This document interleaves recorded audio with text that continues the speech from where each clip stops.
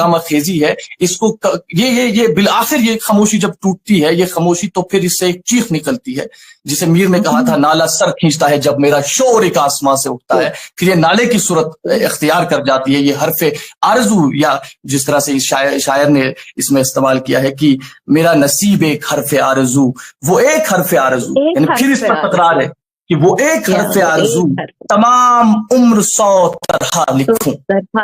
100 طرح لکھوں، یہ اس ہنگامہ خیزی کی بات ہے۔ اب دیکھیے ہنگامہ ہے اور ہنگامے کو تو ایگزیکٹلی ہنگامے کو اب یک بارگی میں اس کا اظہار نہیں ہو سکتا۔ ہنگامہ تو مطلب یہ ہنگامہ خیزی میر نے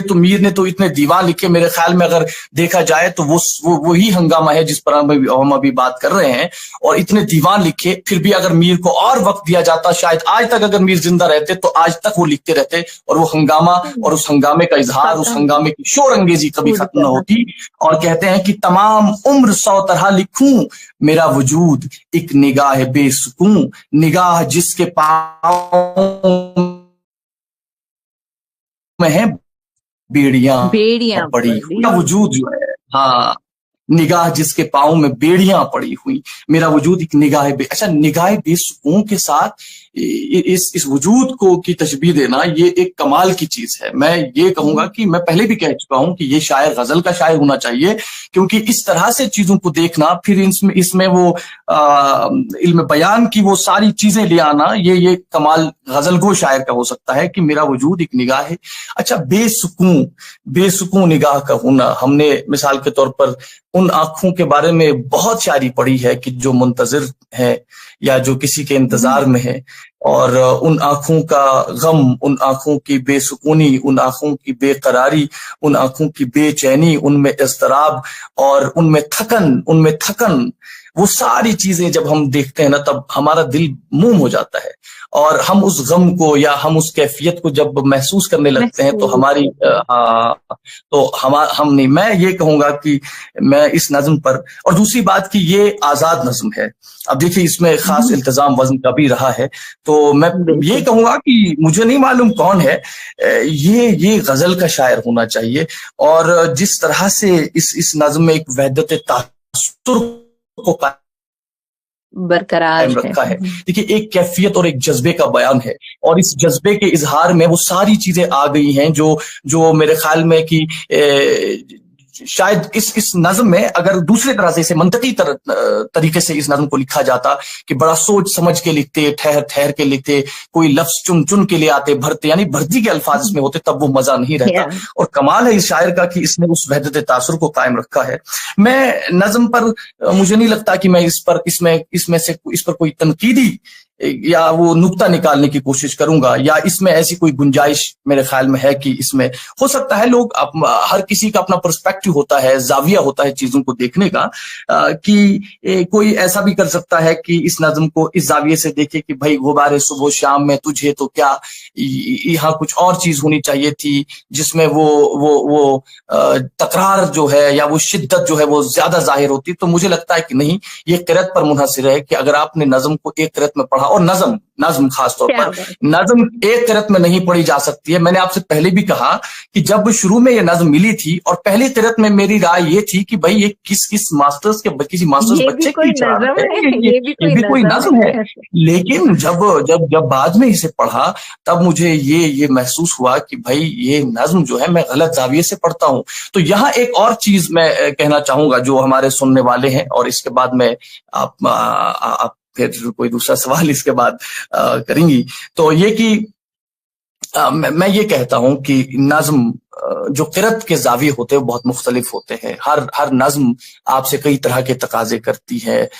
کئی طرح کی قرأت کے تقاضے کرتی ہے، کوئی بھی نظم ہو۔ تو یہ چیز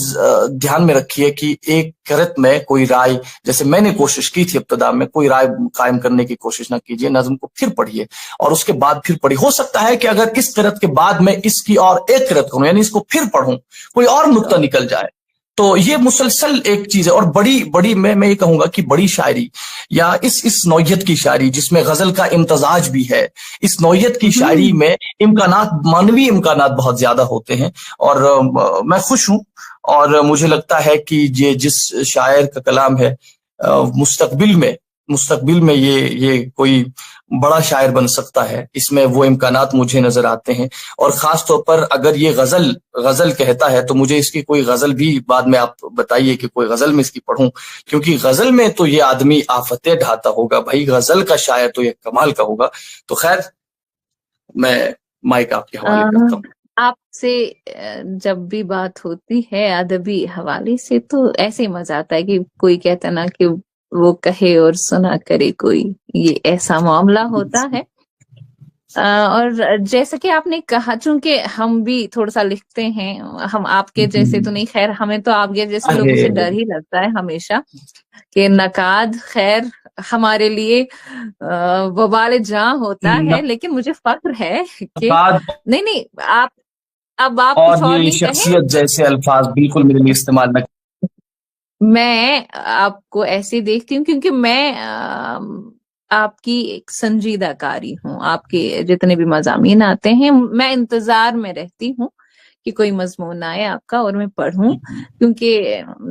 مجھ کم علم کے علم میں اضافہ ہوتا ہے اور بہت ہوتا ہے. جو اب رہی بات شاعری کی, ہاں وہ تو ہے, وہ فخر مجھے حاصل ہے الحمدللہ. اور اگر ایسے شاگرد ہوں تو میں تو پڑھاتے پڑھاتے مر جاؤں خوشی سے. تو اب یہ معاملہ ہے کہ جیسے آپ نے کہا کہ نظم کو لے کر کے پہلی بار جب آپ نے پڑھی نظم تو آپ کی کچھ اور رائے تھی, اور پھر جب آپ نے دوسری قرت کی, خوبصورت شاعری یہی تو ہے کہ آپ کبھی بھی ایک بار آپ نے کوئی بھی شعر جو آپ کو بڑا سطحی سا لگے کبھی نہیں ہوتا. اور میں ہر شاعر کے بارے میں آن بہاف آف آل پوائٹس کہہ رہی ہوں کہ بار بار میں یہ کہتی ہوں کہ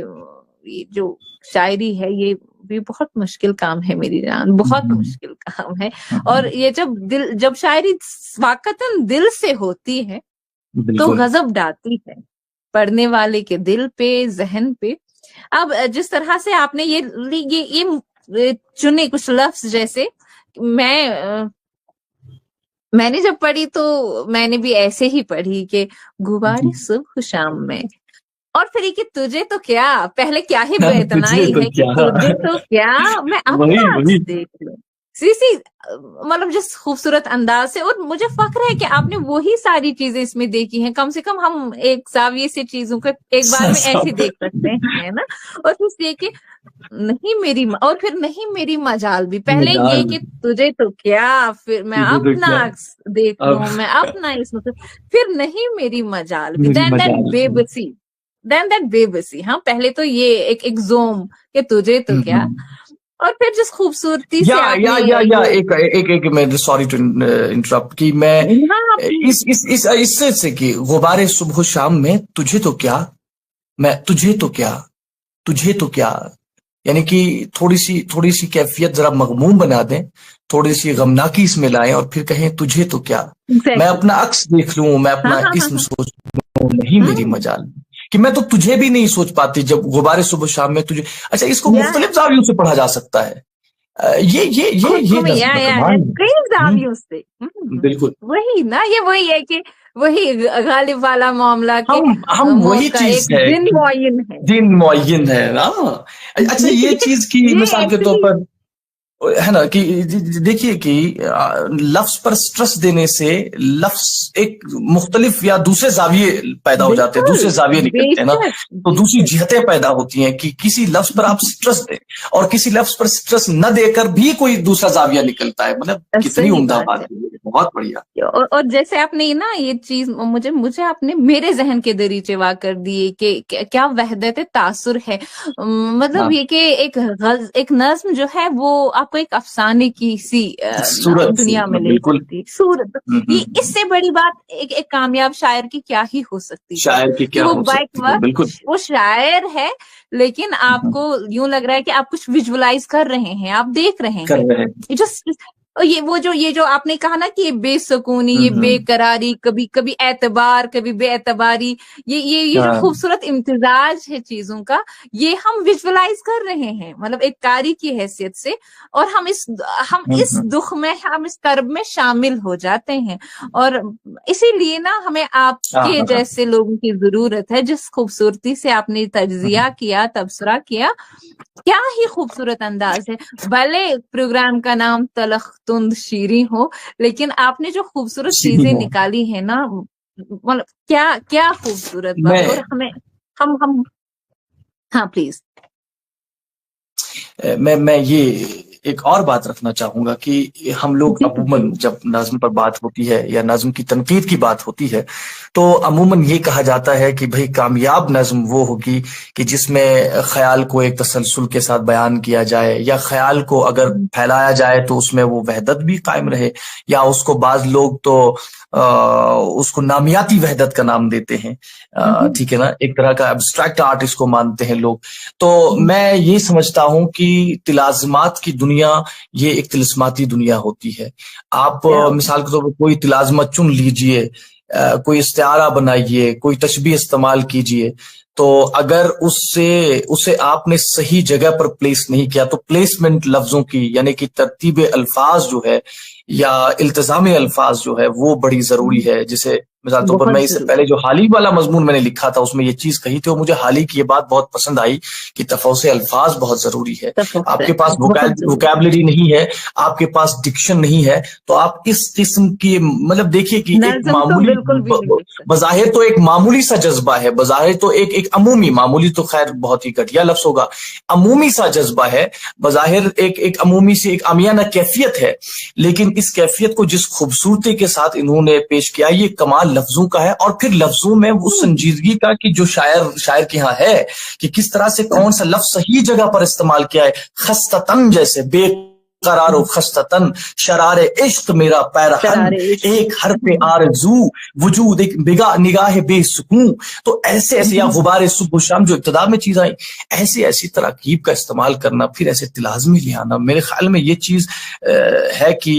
ایک پختہ کار شاعر کی دلیل ہوتی ہے، یا ایسا شاعر کی جس میں پھر پختہ کاری کے امکانات ہوں. تو میں بہت خوش ہوا، مجھے پڑھ کے نظم بہت مزہ آیا. اور دوسری بات یہ کہ دیکھیے ہمارے یہاں آپ نے تلخ تند شیرین کے حوالے سے بات کی، یہ کسی کے لیے بھی بہت آسان ہو سکتا ہے کہ ذرا سا سائنٹیفک زاویے سے اس نظم کو دیکھیے اور پھر اس میں سے عیب نکالیے. میں یہ کہوں گا کہ بھائی اگر میں نظم کی قرأت اس طرح سے کروں کہ نظم کو تھوڑا بچایا جائے، کیا ایک نقاد اتنا نہیں کر سکتا ہے کہ وہ کسی نظم کے لیے کوئی دفاعی صورت پیدا کرے، اس کے لیے اس کی حمایت میں کچھ بولے. ہمارے یہاں فاروقی صاحب نے بعد میں افسانے کی حمایت میں لکھا، لیکن اب دیکھ لیجئے کہ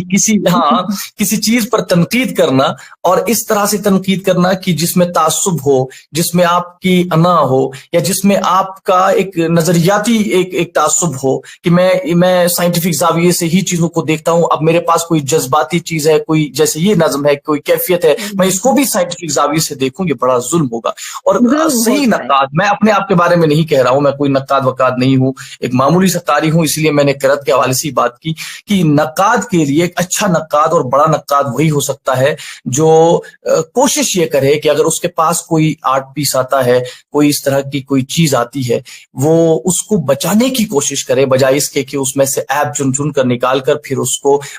ردی کی ٹوکری میں ڈال دے یا اس کو ٹریش کا نام دے. تو میرے خیال میں اس نظم میں ایسا بہت کچھ ہے کہ جس سے اس نظم کی اس کو سراہا جا سکتا ہے، اس نظم کو، اور اس دفاع بھی. اور دوسری بات کہ اس شاعر میں امکانات کے حوالے سے بھی بات کی جا سکتی ہے، ایسا بہت کچھ ہے اس نظم میں. تو خیر اب آپ اپنی بات آگے بڑھائیے. چونکہ ہم دونوں ہی بے خبر تھے، ہمیں بتایا گیا کہ یہ لیجیے کام کیجیے، ہم JKMK کے لیے کام کرنے والے ہیں دونوں، بلکہ ہم ادب کے طالب علم ہیں دونوں الحمدللہ. اور ہمارا کام ہی یہی ہے کہ جب بھی ادب کے حوالے سے بات ہو تو ہم شامل رہیں، پیچھے سے ہی. اب کبھی آگے آنے کا موقع ملتا ہے تو اللہ الحمدللہ، نہیں تو تب بھی الحمدللہ خوش ہیں ہم، کیونکہ ادب کی بات ہو رہی ہے اور ہماری پہچان ادب ہی ہے. تو میں آپ کو بتا دوں کہ یہ جو